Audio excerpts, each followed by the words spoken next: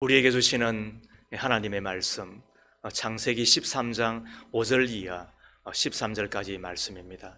말씀을 한 절씩 나누어 읽고 마지막 절은 함께 읽습니다. 아브라함과 함께 다니는 롯에게도 양떼와 소떼와 장막이 따로 있었다.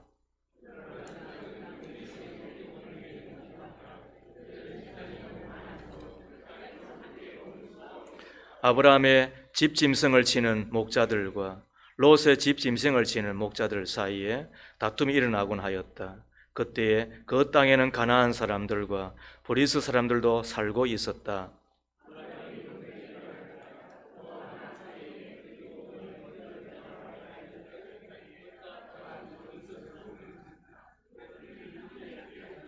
내가 보는 앞에 땅이 얼마든지 있으니 따로 떨어져 살자. 내가 왼쪽으로 가면 나는 오른쪽으로 가고 내가 오른쪽으로 가면 나는 왼쪽으로 가겠다.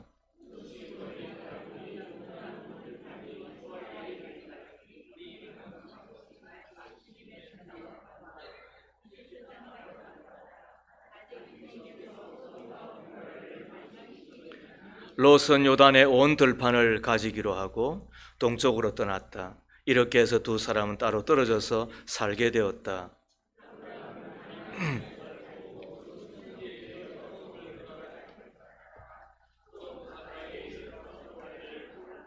소돔 사람들은 악하였으며 주님을 거스려서 온갖 죄를 짓고 있었다. 이는 하나님의 말씀입니다. 하나님 감사합니다. 아멘. 이것이 좋은 선택입니다 라는 제목으로 오늘 하나님의 말씀을 함께 나누기를 소망합니다. 톨스토이의 민하에 이런 이야기 한 토막이 소개되고 있습니다. 어느 작은 시골 마을에서 태어난 세 형제가 청년이 되자 고향을 떠나 도시로 나가 살기로 결심을 하였습니다. 삼형제는 함께 마을길을 따라 나오다가 세 갈래의 갈림길을 만나지요. 어느 길로 갈까 하고 한참 동안 망설이던 세 사람은 각자 다른 길로 가기로 합니다. 첫째는 오른쪽 길로, 둘째는 가운데 길로, 셋째는 왼쪽 길을 택해서 각자 길을 떠난 것입니다. 오랜 세월이 흐릅니다. 어느 도시에서 한 강도 사건이 일어납니다. 강도가 가게에 침입하여 주인을 해치고 돈과 물건을 도둑질한 것입니다. 그러나 강도는 곧 붙잡힙니다. 강도가 가게 주인이 함께 법정에 섰습니다. 그런데 알고 보니까 강도와 가게 주인이 같은 형제였습니다. 그리고 두 사람을 재판하던 재판관도 알고 보니까 세 형제 중 한 사람이었던 겁니다. 그러니까 각기 다른 길을 선택하여 떠났던 세 형제가 한 사람은 재판관이 되고 한 사람은 가게 주인이 되고 또 한 사람은 강도가 되어 법정에서 다시 만난 것입니다. 왜 이 세 사람의 인생이 이렇게 달라졌을까요? 무엇이 세 형제의 인생을 이렇게 다르게 만들었을까요? 재수가 없어서 그랬나요? 행운이 따라주지 않아서 그랬나요? 천재적인 작가 톨스토이가 그의 민하에서 우리에게 말하고 싶어하는 바가 뭘까요? 그것은 선택의 결과이다라는 거예요. 선택은 순간이지만 그러나 그 결과는 영원할 뿐만 아니라 우리는 이런저런 것을 선택하며 또 따라 살아가지만 그러나 그 선택의 몫은 그 선택의 결과는 자신이 다 짊어져야 되는 것이라고 우리에게 말하고 싶어 하는 것 아니겠어요? 우리는 누구를 만날 것인가? 어디를 갈 것인가? 또 누구와 함께 살 것인가? 또 무엇을 생각하며 또 무엇을 의지하며 살 것인가? 더 나아가 누구를 믿고 살 것인가? 선택하여야 하고 그러나 그 선택의 결실은 자기가 다 짊어지는 거지요. 지난주도 잠시 말씀을 드렸습니다만 오늘 행복했다고 한다면 우리는 과거에 행복한 것을 선택하였기 때문이지요. 혹시라도 오늘 불행하다고 느낀다고 한다면 그때 내가 불행한 것을 선택한 결과라고 해도 과언이 아닐 것입니다. 그러므로 우리는 여러 가지 선택 앞에서 고민하며 갈등할 수밖에 없는 이유가 여기에 있는 것입니다. 오늘 우리는 성공한 듯하나 실패자인 롯과 그리고 실패한 듯하나 진정한 성공자인 이 아브라함의 선택을 함께 나누면서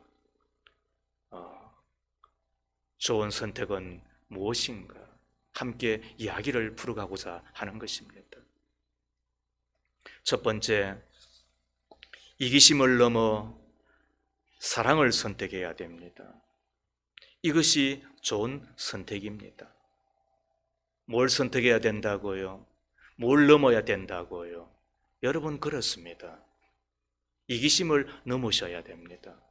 그리고 사랑을 선택하셔야 됩니다. 어느 누군들 100% 이타적인 사람이 있을까요? 어느 누군들 나는 이기적이지 않다고 말할 수 있는 사람이 있을까요? 우리 예수님께서 뭐라고 이야기하셨어요? 내 이웃을 내 몸과 같이 사랑하라 그랬어요. 자기의 몸을 사랑하는 만큼 이웃을 사랑하는 거예요. 자기의 몸을 사랑하지 않는 사람은 이 세상에 아무도 없는 거예요. 자기의 몸을 사랑한다는 것은 그래서 결코 나쁜 건 아니에요. 문제는 뭐예요? 자기의 몸만 사랑하는, 그래서 이기심을 채우는 것이 나쁜 거지요. 한 번은 제법 더운 날 길을 걷고 있는데 애완견을 데리고 나온 청년 하나가 있었어요. 순간 까무라칠 뻔했어요. 옷을 입힌 것은 뭐 그렇다 치더라도 그 개의 머리, 눈에 선글라스를 끼우고 있었어요. 저 그 두 번 봤거든요. 순간 백내장 수술을 시켰나? 그러면은 개는 집에 두고 자기만 나오지 왜 개에다가 선글라스를 끼우고 나왔을까? 개 입장에서는 얼마나 덥고 그리고 갑갑했을까? 이 생각에 이르렀을 때 그때 다시금 마음에 생각되어진 것이 있어요. 참 사람은 이기적이다. 이기적이라고 하는 뜻이 뭐예요? 자기의 이익을 생각하는 게 아니라 자기의 이익만을 생각하는 거잖아요. 그래서 자기만을 생각하는 거잖아요. 자기뿐이라고 생각하는 거잖아요. 그래서 나뿐인 사람에서 뭐가 나와요? 나뿐인 사람, 나쁜 놈이 나오는 거예요. 그래서 저 사람을 보고서 저 사람은 진짜 이기적이다. 진짜 자기만을 생각한다. 그래서 우리는 읽을 때는 부를 때 어떻게 부른다고요? 나쁜 새끼. 이렇게 이야기하는 거예요. 그래서 나뿐인 사람이 뭐다? 나쁜 놈이 되는 거잖아요. 실로 우리의 이기심은 나 하나만 행복할 수 있다면 다른 사람이야 어떻게 되든 아무 상관이 없다는 식이지요. 노조가 결성되어서 집단의 이기심만 채울 수 있다면 회사가 망한다고 해도 전혀 개의치 않잖아요. 거꾸로 극단적인 이기심에 사로잡혀 회사를 운영한다고 한다면 근로자들의 삶은 어떻게 되겠어요? 정치적 이기주의도 마찬가지일 거예요. 내가 대권만 잡을 수 있다고 한다면 실현성이 없는 공약도 남발할 수 있고 나라가 망해도 상관없는 시기잖아요. 이 이기심 때문에 가정은 가정대로, 회사는 회사대로, 나라와 민족은 흔들리고 고통을 받으며 얼마나 아파하는지 우리는 지난 역사를 통해서 또 주변의 삶을 통하여 경험하고 있는 바이지요. 더 나아가 우리의 믿음도 우리의 신앙도 떨어지고 마는 것입니다. 오늘 본문에 나오는 아브라함의 조카 롯이 그러합니다. 아브라함이 하나님의 부름을 받잖아요. 내 본토 친척 아비집을 떠나라고 이야기하자 그는 순종하여 전혀 가본 적도 없고 또 그것을 먼 거리이니까 참 상상도 할 수 없는 그곳을 향하여 떠나지요. 근데 가보니까 척박하고 또 가뭄이 심한 곳이기도 해요. 그래서 한 번은 가뭄을 피하여 이집트 애굽에 내려갔더니 자기의 아내가 얼마나 예뻤는지 사람들이 야, 진짜 미인이다, 진짜 잘 샀다, 그 이야기를 들었는지 이집트의 왕 바로가 자기 왕궁에 맞아들입니다. 아마 아내로 삼으려고 그렇게 했는지 모르겠습니다. 그때 하나님께서 비상 간섭을 하셔서 이놈, 이 여자가 누군 줄 아느냐? 아마 그렇게 해주지 않았다고 한다면 아브라함은 아마 진짜 천하의 나쁜 놈 되고 말았을 거예요. 아브라함을 하나님께서 보호하시고 또 아내를 다시 되찾을 뿐만 아니라 바로가 주는 여러 선물, 그래서 갑부가 되어서 가나안 땅에 들어오게 됩니다. 그 결과 목초지가 부족하게 되고 양측의 목자들끼리 티격태격 다투는 상황까지 벌어지지요. 아브라함이 가만히 보니까 목자들끼리 싸우다가 나중에는 조카하고의 관계도 서먹서먹 더 나아가 나중에는 의가 상하고 남남이 될 것만 같아요. 그래서 아브라함이 먼저 제안하잖아요. 8절에 우리는 핏줄이다, 사이가 나빠지겠으니 넓은 데로 떨어져 지나자, 그런 거예요. 9절을 보세요. 내가 보는 앞에 땅이 얼마든지 있으니 따로 떨어져 살자. 내가 왼쪽으로 가면 나는 오른쪽으로 가고 내가 오른쪽으로 가면 나는 왼쪽으로 가겠다. 조카 롯에게 먼저 선택권을 주잖아요. 이때 롯의 반응이 어때서 10절에 보니까 롯이 멀리 바라볼 뿐 아무 말이 없어요. 삼촌이 먼저 양보했는데 자기는 조카잖아요. 당연히 어떻게 나와야 돼요. 삼촌, 무슨 말씀이세요? 저를 친자식처럼 키워주셨는데 삼촌이 먼저 선택하세요. 그러면 제가 그 다음에 선택할게요. 이래 나와야 되는 거잖아요. 그런데 마치 기다렸다는 듯이 자기가 먼저 선택해요. 11절을 함께 읽습니다. 롯은 요단의 온 들판을 가지기로 하고 동쪽으로 떠났다. 이렇게 해서 두 사람은 따로 떨어져서 살게 되었다. 요단 동편은 노란자의 땅, 그것은 비옥하였는가 봐요. 그래서 에덴 동산과 같다는 뜻이고 또 이집트와 같았다. 그 문명의 4대 발상지 가운데 하나니까 매우 넉넉하고 또 살기에 좋았겠죠. 그런데 문제는 뭐예요? 요단의 온 들판을 가지기로 하고 그리고는 낼름 자기가 선택해버리고 마는 거예요. 이런 사람을 뭐라 그래요? 호로새끼라 그러잖아요. 한번 생각해 보세요. 어떻게 하나님을 믿는다고 한 사람이, 그리고 자기를 키워줬다고, 자기를 돌봐줬다고 여겨야 될 뿐만 아니라 빚을 갚아도 천번 만번 갚아야 되는 그런 처지인데도 불구하고 어떻게 이렇게 반응해요? 어떻게 이렇게 처신하느냐는 거예요. 믿음이 있다는 게 과연 뭐예요? 입술로만 조여줘야 한다고 그게 믿음이 있는 거예요? 하나님의 뜻은 생각지 아니하고 내 마음대로 하겠다고, 여러분 그렇게 하면 그게 어찌 믿음의 사람이라고 할 수가 있겠어요? 요즘 많은 크리스찬들은 교회에서 즐길 거리를 찾는데 교회에 나와서 하나님을 경배하며 하나님 베푸신 그 은혜 앞에 감사하며 무리를 숙여 주님을 온전히 예배해야 되는 것이 목적인데도 하나님의 교회에 나와서 재미난 목사를 찾고 성공에 대하여 형통에 대하여 자기 마음에 맞는 설교하는 사람을 찾고 자신의 취미와 적성에 맞는 프로그램을 운영하는 교회를 찾아다니고 자신의 생활 수준과 비슷한 사람들이 모이는 교회를 찾아다니고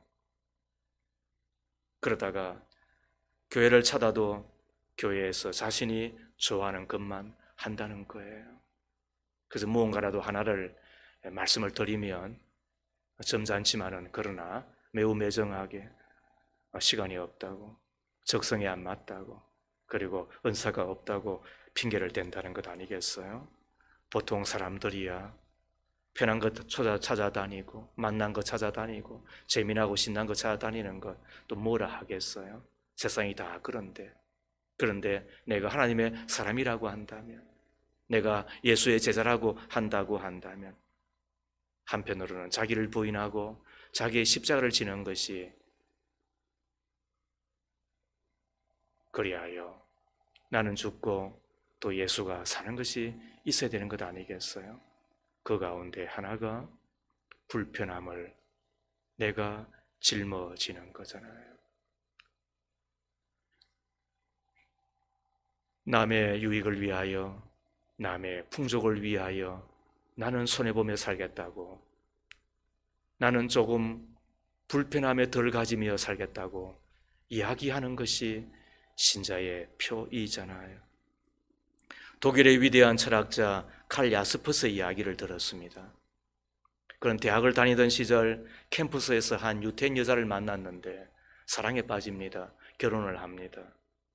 수재로 알려진 그는 졸업 후에 대학의 철학과 교수가 되어 모든 사람들의 선망의 대상이 되지요. 또한 아름다운 가정을 이루었습니다. 그러나 얼마 후 독일의 히틀러가 정권을 잡으며 그의 가정도 위기를 맞습니다. 국가에서 유대인 아내와 이혼을 하든가 그렇지 않으면 대학을 떠나든가 둘 중에 하나를 선택하라고 강요합니다. 얼마나 곤욕스러웠겠어요? 대학 교수가 된 것은 자신뿐만 아니라 가문의 영광이고, 또한 아름다운 아내를 만난 것 또한 자기 인생의 행복이었기 때문이지요.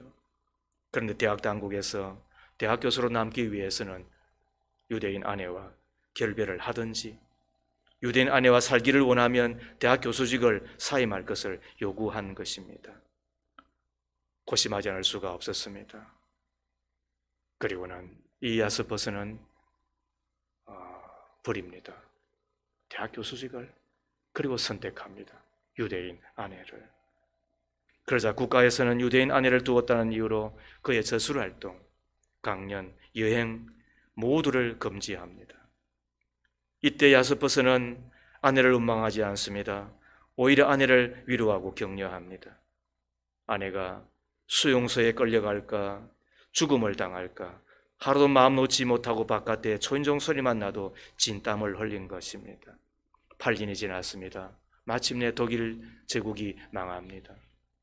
이들 부부는 서로 얼싸안고 기뻐했습니다. 그 중에 아내는 남편 되는 야스퍼스를 지극히 존경했다고 전하여집니다. 왜요?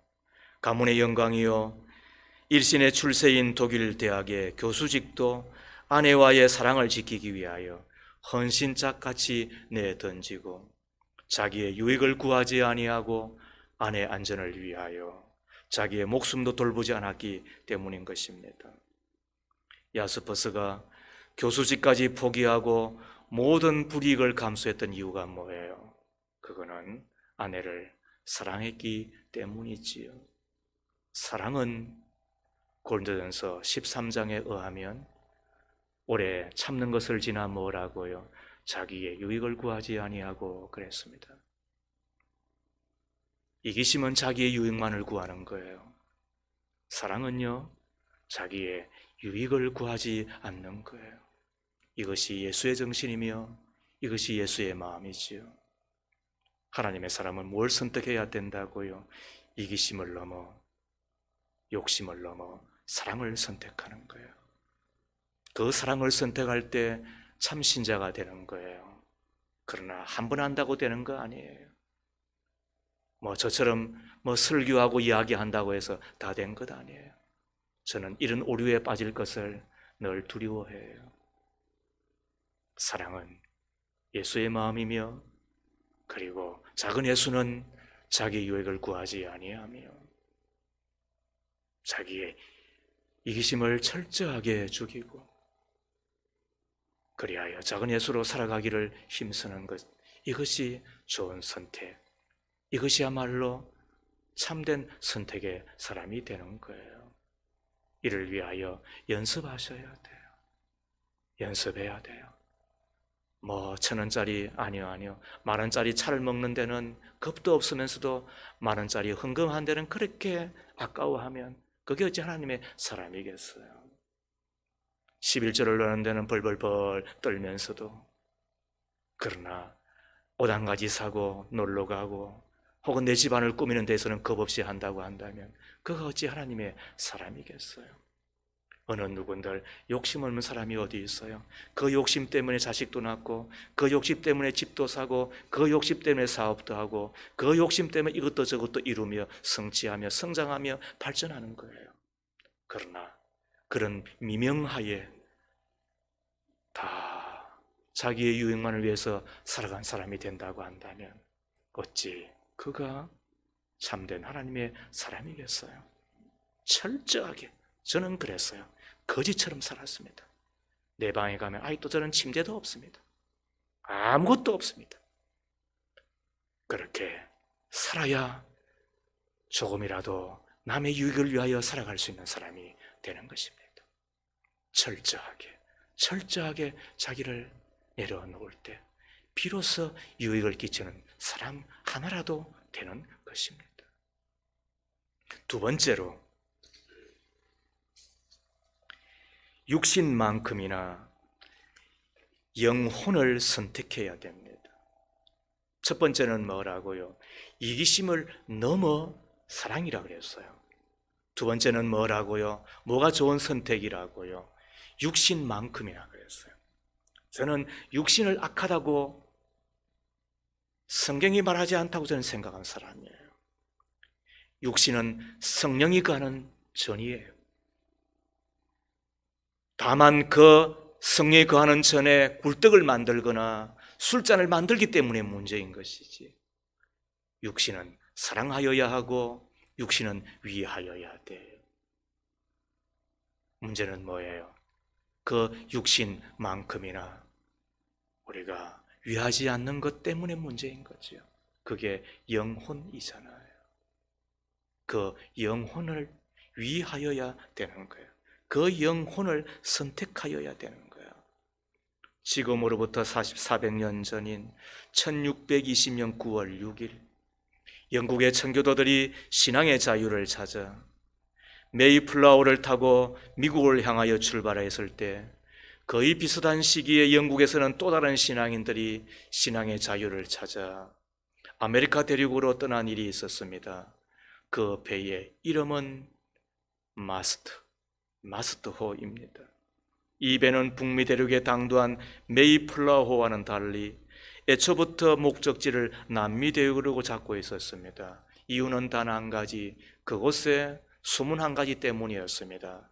황금이 나온다라고 하는, 그곳에 황금이 발견되었다고 하는 그 소문을 듣고 한편으로는 신앙, 그러나 또 한편으로는 그 황금을 찾아 저들은 메스도호를 탔습니다.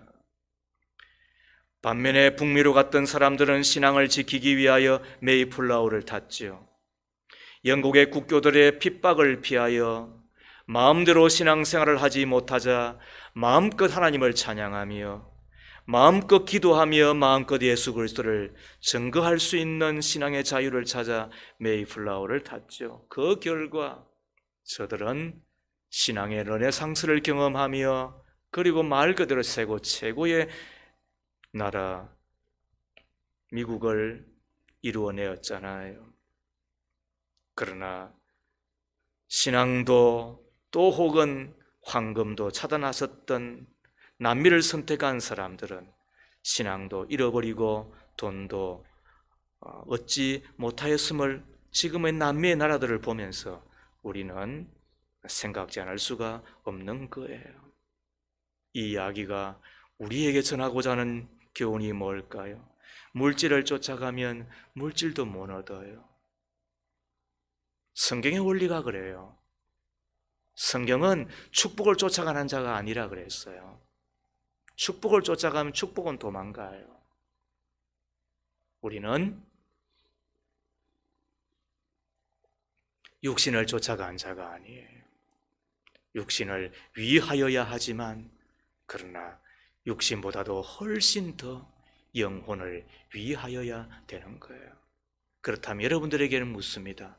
여러분은 이익을 쫓아가는 사람입니까? 아니면 신앙을 쫓아가는 사람입니까? 여러분들은 육신을 쫓아가는 사람입니까? 아니면 영혼을 위하고 그 영혼을 위하여 하나라도 더 하는 사람입니까? 새벽마다 이곳에서 기도하는 가운데 많이 생각하는 것이 있습니다. 나는 내 육신을 위하여, 건강을 위하여 이것도 하고 또 이것도 안 하려고 하는데 내 영혼을 위하여서는 뭘 하는가? 또 뭘 안 하는가? 이런저런 병 가운데 암이라고 하는 것은 10년 전부터 생기는 거라잖아요. 급성암은 없어요, 거의. 백혈병 외에는. 보통은 15년 전, 20년 전부터 조금씩 그 씨앗이 자라 나중에는 암이 된다고 이야기하잖아요. 우리는 어쩌면 10년, 20년 동안 소홀히 한 거지요. 마찬가지로 내 영혼에 암이 생기면 어떻게 해요? 그것도 10년, 20년 동안 소홀히 하다가 그때 어떻게 치유하시겠어요? 그때 어떻게 고치겠어요? 암도 치유가 되어도 평생 그것 때문에 매여서 이제는 옴짝달싹을 못하는 게 우리의 인생이거든. 하물며 내 영혼의 암병을 만나면, 내 영혼의 치매를 만나면, 내 영혼의 결정적인 그 병을 만나면 여러분 어떻게 아시겠어요? 그것도 모르는 사람이 있으니까 더 안타까운 거지요. 그것 때문에 안절부절, 그래서 흔들리며 모든 걸 다 소진해버리는 우리들을 보면 안타까움을 금할 수가 없잖아요. 롯은 영적인 것은 고려하지 않고 오직 육신만을 위해 선택한 사람이잖아요. 10절 말씀에 롯이 멀리 바라보니 요단 온 들판이 수아래 이르기까지 물이 넉넉한 것이 마치 주님의 동산과 같고 이집트 땅과도 같았다. 아직 주님께서 소돔과 고모라를 멸망시키기 전이었다. 요단은 물이 넉넉하고 땅이 비옥하고 농사가 잘 된 듯하지요. 그래서 에덴 동산과 같았고 또 이집트의 나일강이 흐르는 풍요로운 곳과 같았다고 이야기하잖아요. 그 모습에 롯은 홀딱 반한 듯해요.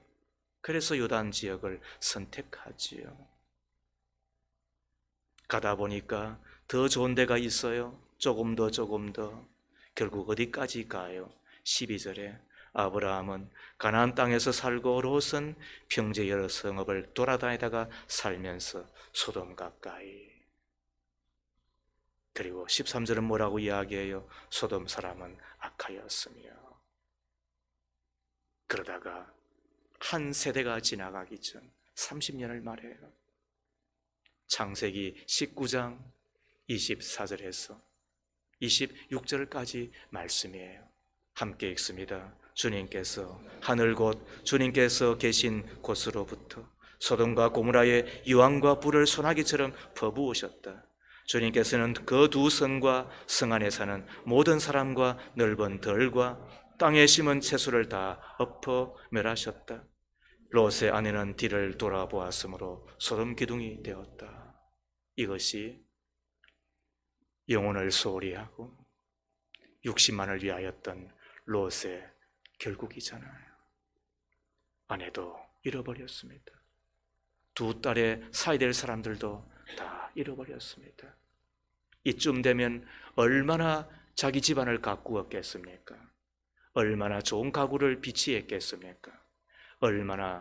얼마나 많은 것으로 그리고 그 집을 꾸며내었겠습니까? 그런데 어느 것 하나도 건지지를 못하였잖아요. 믿음의 가족 여러분, 성경은 약속합니다. 내 영혼이 잘된 것 같이 내가 범사에 잘되고 만고불변의 법칙입니다.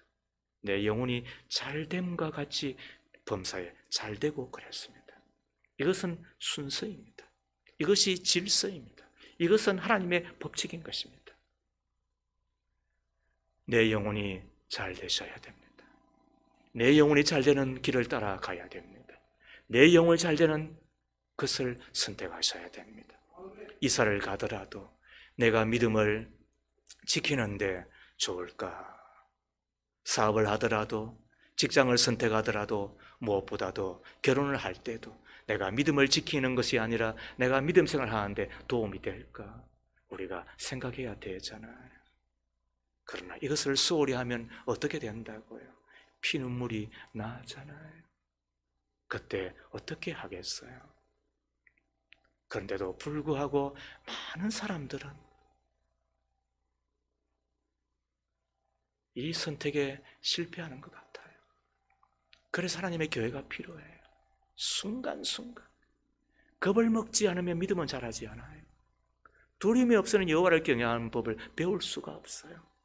그래서 간띠가 부었다든지 혹은 장담한다든지 혹은 뒷배가 있다든지 사람치고 믿음 생활을 할 수는 없어요. 그래서 부자는 천국에 들어가는 것이 낙타가 바늘기로 들어가는 것과 똑같아. 더 어렵다고 이야기했어요. 왜 그래? 간이 부었기 때문에 그런 거예요. 여러분, 그렇게 살면 안 돼요. 믿음의 세계는 늘 약하게 살아야 되고 늘 부드럽게 살아야 되고 늘 가난하게 살아주셔야 돼요. 그리고는 진짜 내 영혼을 위하여 그렇게 사셔야 돼요. 이것이 좋은 선택의 사람이에요. 마지막 세 번째, 순간 대신에 영원을 선택해야 돼요. 이것이 좋은 선택이에요. 은혜 글을 보니까 꽁을 키우는 사육업자들은 공중에 그물도 치지 않은 채 꽁을 기르는데 꽁들이 날아가지 않는데요. 여러분, 그 이유 아세요? 그물을 치지 않으면 꽁들은 멀쩡한 날개를 갖고 있잖아요. 꽁도 날아다니는 거 여러분 아시죠? 꽁이 말이죠, 늘 냇가에 있으니까 저것들은 저 냇가에서 말이죠, 저렇게 있다가 저 어떻게 하나. 도림천을 건너가니까 말이죠, 천둥오리들이 다 거기 있더라고. 제 아내는 말이죠, 저건 못 날아가니까 겨울에 다 얼어가지고 딱 붙어 있으면 저거 어떻게 하나 그랬어요. 그래서 제가 이야기했어요. 꽁들도 날아다녀 그랬다고요. 그런데 이 사육업자들의 말에 의하면 꽁들이 그물도 치지 않는데도 불구하고 안 날아가고 말이죠, 그리고는 우리 속에 갇혀 지낸대요. 이유는 이 사육업자들이 꽁들에게 모자를 씌운대요. 일반 모자는 우리가 손으로 탁 치면은 벗어지잖아요. 그런데 이 꽁들이야 손이 없으니까 모자를 못 벗겠지. 그러니까 요만큼 이렇게 딱 쓰고 있으니까 어떻게 한다고요? 하늘이 있는지 모른다는 거야. 그래서 주는 먹이만 받아 먹고 살쪄서 나중에 어떻게 된다? 식당에 가고 많은 처지가 된다는 거예요. 우리 주변에 보면 꽁처럼 저 멀리 있는 것은 보지 못한 채 눈앞에 있는 것만 신경을 쓰는 사람들이 많이 있잖아요. 오늘 누구처럼요? 본문에 나오는 롯처럼 말이에요. 그는 육신적인 것만을 기준 삼아 동편에 물이 넉넉한 땅을 선택합니다. 결국 육신적인 선택을 했던 조카 롯은 이방인들에게 포로로 잡혀가고 물이 넉넉한 요단 동편에 있는 소돔과 고모라 땅과 함께 불과 유황으로 타 버릴 뻔했잖아요. 그러나 아브라함은 달라요. 조카 롯은 육신적인 것을 선택했지만 아브라함은 영적인 것을 선택해요. 더 나아가 조카 롯과는 달리 눈에는 보이지 않지만 하나님이 예비해 놓으신 영원한 전서 새 예루살렘 그리고 영원한 천국을 바라보잖아요. 히브리서 11장이에요. 8절 이하 10절까지 같이 읽습니다. 믿음으로 아브라함은 부르심을 받았을 때에 순종하고 장차 자기 몫으로 받을 땅을 향해 나갔습니다. 그런데 그는 어디로 가는지를 알지 못했지만 떠난 것입니다. 믿음으로 그는 약속하신 땅에서 타국에 몸붙여 사는 나그네처럼 거류하였으며 같은 약속을 함께 물려받을 이삭과 야곱과 함께 장막에서 살았습니다. 그는 하나님께서 설계하시고 세우실 튼튼한 기초를 가진 도시를 바랐던 것입니다. 아멘. 그렇습니다. 이 땅에서 나그네처럼 오래 살지 못할 것처럼 곧 떠날 처지인 것처럼 돌아갈 내 고향 본향이 분명히 있음을 알고 그는 장막에서 살며 그리고 영원한 천국 하늘을 바라보며 살았잖아요. 오늘을 살아 그리고는 1년이 되고 오늘이 모여 인생이 되고 평생이 되는 것이지만 그러나 그 평생의 끝에 내 하나님의 나라가 있음을 아는 것이 신자인 것입니다. 오늘이 모여 내일이 되고 오늘과 내일이 모여 인생이 되고 평생이 되고 나의 일생이 되는 것이 분명한 것이지만 그러나 내 인생의 끝에서 우리는 영혼을 만나게 될 것입니다. 그래서 우리는 주님과 함께 살게 될 것입니다. 그렇다면 좋은 선택은 무엇입니까? 지금을 선택하는 것이 아닙니다. 땅을 선택하는 것이 아닙니다. 현재를 선택하는 것이 아닙니다. 눈에 보이는 것만 선택하는 것이 아닙니다. 영혼을 선택하고 하늘을 선택하고 천국을 선택하고 내 하나님을 선택하며 살아가는 그거잖아요. 미국의 철도 사업가의 이야기입니다. 그는 철도 사업으로 크게 성공하였는데 세월이 흘러 임종을 맞이하게 됩니다. 급히 연락을 받고 아들이 달려왔습니다. 아들은 아버지의 손을 잡고 말합니다. 아버지, 돌아가시면 안 돼요. 아버지가 힘없이 말합니다. 아들아, 이제 틀렸다. 나는 실패한 인생이란다. 그러자 아들이 반문합니다. 무슨 말씀이세요, 아버지? 아버지는 크게 성공한 인생인데 직원 가족을 수십만 명을 먹여 살렸잖아요. 게다가 수천만 명이 아버지의 기차를 타는데요. 아버지가 쓸쓸한 모습으로 고백합니다. 그러면 뭐하니? 사업을 한답시고 예수님을 멀리 떠나 있었는데 이제 그분 앞에 서야 되는데 부끄럽구나. 모든 것이 다 있어도 예수님이 없으면 실패한 인생인 거야. 100번, 1000번 옳은 말입니다. 모든 것이 있어도 이것 없으면 헛것입니다. 모든 것이 있어도 이것 없으면 아무것도 없는 것입니다. 모든 것이 없어도 이것이 있으면 있는 것입니다. 모든 것을 다 잃어도 이것이 있으면 진짜 부자고 그리고 진짜 된 사람입니다. 그것이 무엇입니까? 누가 나를 구원하였습니까? 누가 나를 사랑해 주시는 것입니까? 누가 나를 천국으로 인도하여 주시는 것입니까? 나를 위해 기도해 주시는 분은 누구이십니까? 우리가 1000번 만번 의지하고 따라가야 될 리가 누구이십니까? 따라하겠습니다. 예수 그리스도 믿기를 바랍니다.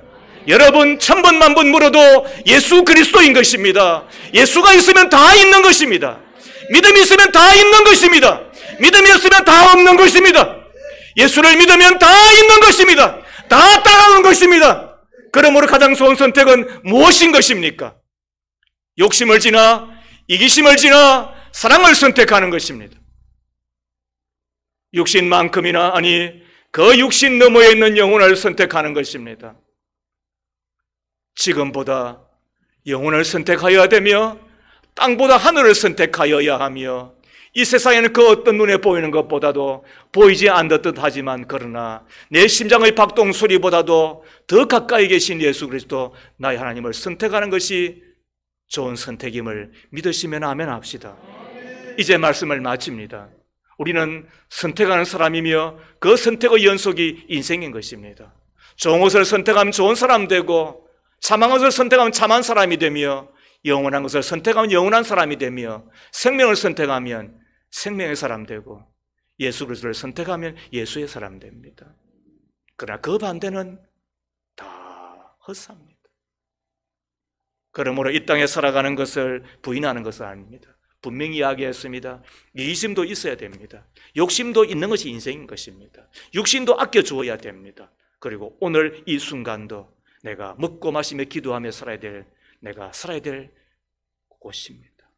그러나 그 너머에 있는 것을 선택할 때 그것이 불편하게 살기를 작정하는 사랑이며 나의 이익만이 아니라 남의 유익도 생각하며 살아가는 사랑이며 육신도 아끼며 살아야 되지만은 그러나 영원한 영혼 그리고 영원한 내 하나님의 나라 그리고 영혼 그 자체이신 내 하나님을 선택하며 살아 진짜 잘 선택한 사람일 뿐만 아니라 주님 앞에 열렬하게 환영받고 이 땅 가운데서도 복된 인생이 언어라고 간증하며 살아가며 살아가는 저와 여러분 다 될 수 있기를 주의 이름으로 축복합니다.